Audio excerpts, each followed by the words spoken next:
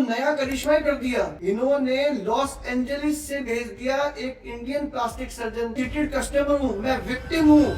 इतना फ्रॉड से भरी आपकी कंपनी है और आप धमकी दे रहे हो, डरा रहे हो एक डॉक्टर को। आपने हरासमेंट का कोई तरीका नहीं छोड़ा। आपने हर तरीके से मुझे हरास किया, हर तरीके से मुझे तंग किया, हर चाहे वो फाइनेंशियल लॉस हो, चाहे वो मेंटल हरासमेंट लॉस हो, चाहे आपने मेरे को सरकारी तंत्र के अंदर आपने डराया धमकाया। अब कहते हैं कि आप हमारे फोटो वीडियो मशीनों के यूज नहीं कर सकते। आप ये भी भूल गए कि इनमोड का रिसोर्स सेंटर का रजिस्ट्रेशन मशीन लेने के बाद कस्टमर को इनमोड कंपनी खुद देती है। मेरा रजिस्ट्रेशन खुद इनमोड ने किया।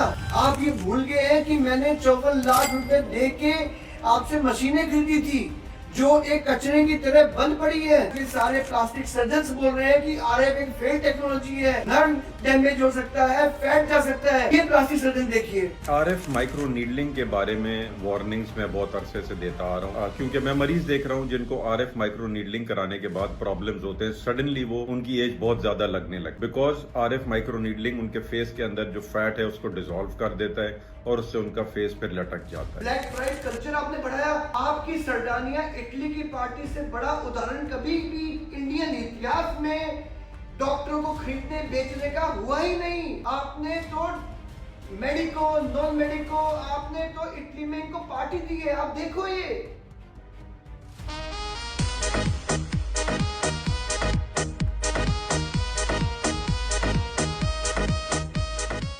क्या चल रहा है। ये गाने देखो, डांस देखो, और उसकी पार्टी के अंदर ये सारे के सारे लोग एक टेस्टिमोनी से बोल रहे हैं कि थैंक यू इनमोड, thank you for beautiful gifts.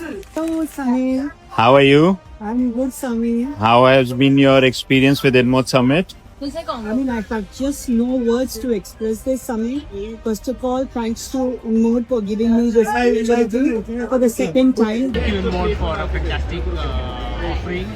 This has been a fantastic trip. The small gifts that you gave us were amazing.